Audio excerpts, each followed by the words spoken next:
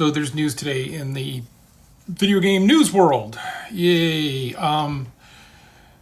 Ever-present pieces of excrement. IGN has purchased the network that includes Eurogamer, Rock Paper Shotgun, Games Industry Biz.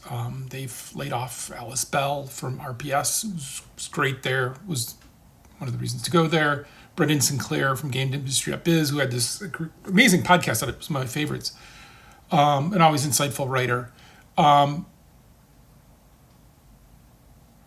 I cannot express how much more I hate IGN than I do. From attacking indies to having their head of reviews tell me that it's okay that reviews are filled with errors because they don't really need to play the game to review it. I should just post those because fuck them. I mean, they're not going to shutter the sites, right? Because they don't actually do news. What they do is, I think there's one person who does news there who should just quit. But they do news like 3 years later when it doesn't make any difference because they don't want to affect any of their advertisers and they just want to hype, right? They'll probably do now what we see on IGN and what we see in the tech industry where they don't actually do news and reporting. They just hype. And that's their goal, right? Is just make everybody all excited about games, but never actually talk about them, never actually give any insight, never actually talk about them, how they relate to society in any meaningful way that could possibly anger any advertiser because, you know, that's all that matters. And all that matters then is the big publishers advertise on there. And so you may not know. I exist in this world here because back in 1997 or so, I started a website in Old Man Murray. And that was because I couldn't take the news sites that existed back then. They were like OGR and some others that were just all positive. They were this absolute worst games and they were just being super positive on it. And me and Eric started writing about games because we had just gotten fed up. This is worse. I'm not gonna restart a game news site. I'm not crazy. And there's actually good ones. Aftermath.site is really good. Stephen Totillo has his newsletter. And there's some others out there. I'm sorry that I can't remember them off the top of my head because I just saw this news and I'm just flabbergasted. So there's good stuff out there, but you have to subscribe to them then. Like you have to support these. Like Aftermath.site is the one that I go to the most. Like you should subscribe.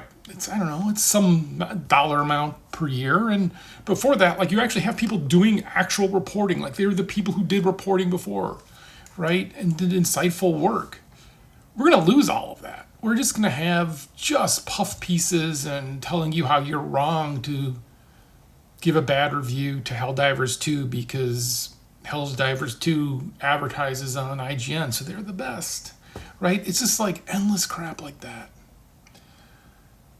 Especially for them to lay off the two people that I mentioned, it just really kind of shows that that's the way they're probably thinking of going. So, but hey, they'll have more time to attack indies who can't afford to advertise on them and teach them a lesson like they did last year. That's awesome. That's a good move. I don't know.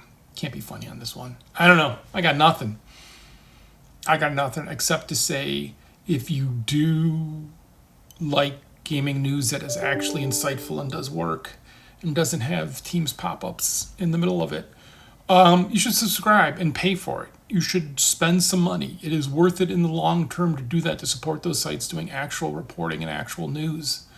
Otherwise, it's just going to all be this crap, this positive cheerleading bullshit that has already taken over tech and kind of taken over games, and this is going to make it worse. Oh, and just want to say, I feel bad for anyone who lost their job during this. I just singled out two people.